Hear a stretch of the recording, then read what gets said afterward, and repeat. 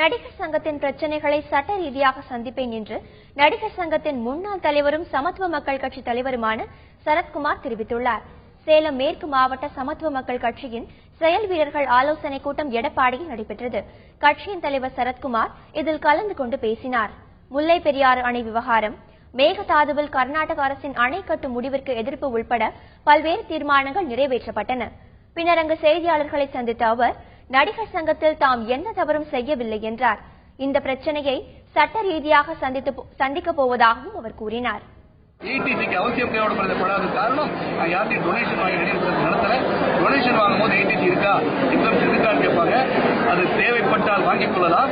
அதற்கு கடிதத்தில் எழுதிருக்க ஏடிசியை பற்றி நேரடியாக சில கருத்துக்கள் கேட்டால் நான் சொல்ல தயாராக இருக்கிறேன். சொன்ன கடிதத்தை மீண்டும் ஒன்று படித்து பார்க்க வேண்டும். ஆக ஸ்பெயினிலிருந்து வந்தவுடனே நாங்கள் அந்த வேலையை துரிதப்படுத்தி உங்களை போல் நானும் ஆர்வமுடன் இருக்கிறேன் என்ற கடிதத்தில் கடைசி வரியை படித்து பார்க்க வேண்டும். ஆக அதில் என்ன சொல்லியிருக்கேன், அது வந்தோடு முடிச்சு உங்களுக்கு ஒப்படைச்சிருக்கேன்.